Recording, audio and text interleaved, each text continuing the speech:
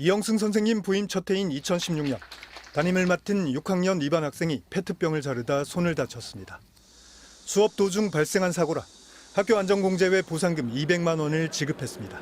하지만 학부모는 돈을 더 요구했고 학교 측은 휴직하고 군복무를 하던 선생님에게 직접 해결하라고 했습니다. 결론은 그거잖아요. 치료비잖아요. 그거를 해결을 하라고. 그렇게 전화를 했어요. 이게 끝이 아니었습니다. 3년이 지나 해당 학생이 고등학교 입학을 앞둔 2019년 12월 31일. 학부모는 2차 수술 예정이라며 선생님에게 다시 연락했습니다. 성형수술비 명목으로 돈을 달라는 요구는 이후로도 계속된 걸로 보입니다. 2020년이었는지 21년이었는지 포금하는 사람이 아닌데 엄청나게 포금을 했어요. 지금 또 학부모가 연락을 한다. 제가 그분하고 합의 안 할 거예요. 사실을 확인하려 했지만 해당 학부모는 통화를 거부했습니다. MBC 차주혁 기자라고 하는데요. 여보세요? 2021년 12월 8일 오전 이영승 선생님에게 부재중 전화 2통이 걸려왔습니다. 곧이어 오늘 감기로 조퇴한다는 문자 메시지도 도착했습니다. 5학년 4반 장기결석 학생의 어머니였습니다. 바로 당일 이영승 선생님이 숨진 직후였습니다. 다음 날까지 답이 없자 학부모는 곧장 교무실로 찾아왔습니다. 막 찾으시더라고요. 굉장히 난폭하셨어요. 갑작스럽게 작고하셨다라고 말씀을 드리니 안 믿으셨어요. 거짓말하지 말라고 하셨어요. 급기야 직접 확인하러 장례식장에 찾아간 학부모. 하지만 조문은 하지 않았습니다. 여기 서 있는 시간도 상당히 길었는데 들어오세요. 아니, 저는 방명록 작성을 놓고는 유족들과 실랑이를 벌이기도 했습니다. 어머니, 남의 장례식장이 어디 터예요? 아니, 저한테 저 아세요? 어머니 몰라요. 어머니 성한 얘기 안 해주셨잖아요. 누구 학부모인지도 얘기 안 해주셨잖아요. 제가 무슨 일로 왔나 봐요. 당시 유족들은 악성 민원을 제기했던 학부모일 거라 직감했다고 합니다. 와서 인사 한번 안 하고 가잖아. 너무 화나잖아. 장례식 방문 목적을 묻는 MBC 전화에 해당 학부모는 이렇게 반응했습니다. 어머니 그날 장례식장 가셨죠? 모르겠습니다. 전화하지 마세요. MBC 차주혁 기자님을 제가 그러면 역으로 조사를 해야겠네요. 목숨을 끊기 전날엔 따돌림을 당하는 학생 부모의 또 다른 민원이 있었습니다. 아이를 따돌린 학생들에게 공개 사과를 시켜달라. 이 요구는 들어줄 수 없다고 했습니다. 왜 그렇게 화를 심하게 내셨나요? 아무것도 해주시는 게 없잖아요. 모두의 선생님인 건 맞지만 그럼 우리 아이한테는 선생님이 어떤 역할을 해주실 수 있냐. 전 이런 식으로 화를 냈죠.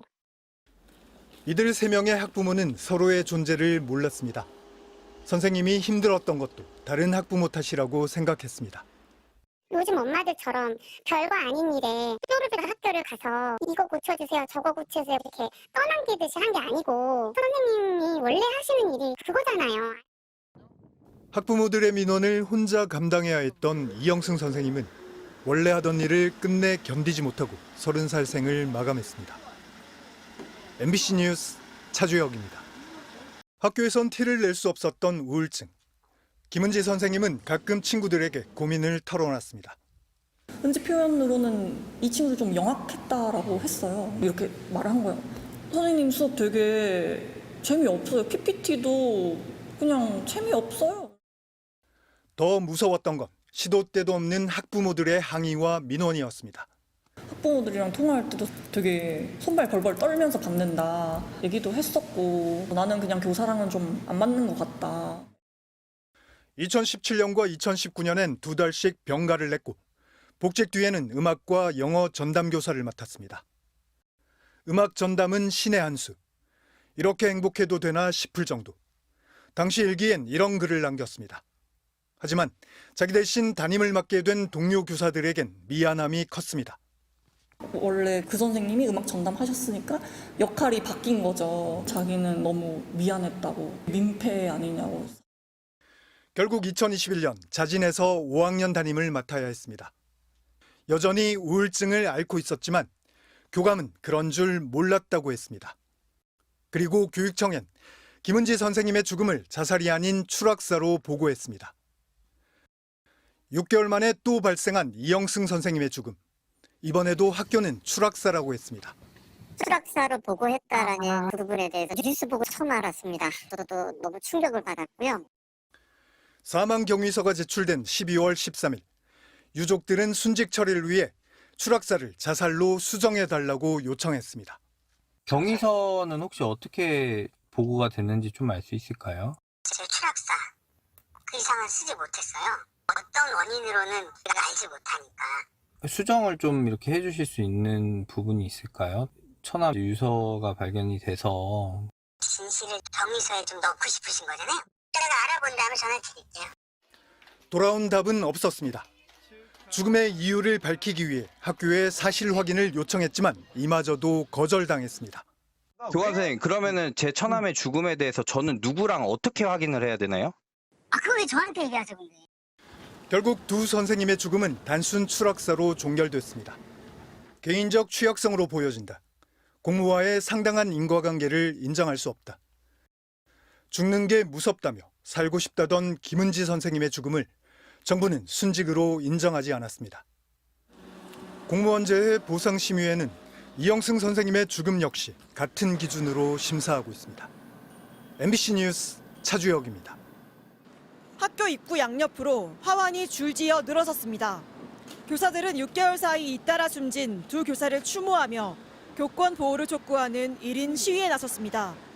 저랑 이제 비슷한 나이대 선생님이셨는데 2년 전에 있었던 일을 전혀 몰랐고 안전한 교실에서 그냥 수업이라는 걸 하고 싶어요. 시민들도 지나가던 발길을 멈춘 채 추모에 동참했습니다. 학교 각 관계자가 어떻게 했는지 모르겠지만 매우 부끄럽고 창피한 일이라고 생각합니다. 우리 부모들의 잘못은 아니지. 이제는 중학생이 된 2년 전 제자는 뒤늦게 소식을 전해 듣고 학교를 찾아와 함께 슬퍼했습니다. 아이가 막 울고 있는 거예요. 이영승 선생님 반이었다고. 자기네한테는 심장마비로 돌아가셨다고 몰랐다고. 교원단체들은 진상 규명을 촉구하고 나섰습니다. 학교가 두 교사의 죽음을 단순 추락사로 처리하면서 사건을 은폐하려 한 정황이 있다며 진상을 명명백백히 밝히고 관련자를 처벌해야 한다고 주장했습니다. 경기도교육청은 뒤늦게 13명으로 구성된 합동조사팀을 꾸려 감사에 착수했다고 밝혔습니다. 교사를 보호해주지 못한 학교에 대한 비판이 거세지는 가운데 호원초등학교는 이틀 전 학폭 업무와 2학년 담임을 모두 맡을 기간제 교사를 뽑는다고 공고했습니다. 특수학급 학생 지도 경험이 많은 분이면 좋겠다는 조건도 추가됐습니다. 일반적인 상황은 아닌 것 같아요. 그리고 기간제 이렇게 뽑는 것도 사실 이렇게 업무까지 지정을, 학년 업무 이런 것까지 지정을 해서 이제 공고를 낸다는 게. 호원초등학교는 내부 교직원들에게 개인 의견이나 추측성 발언은 문제가 될 수 있다며 사실상 함구령을 내렸습니다. MBC 뉴스 지은수입니다.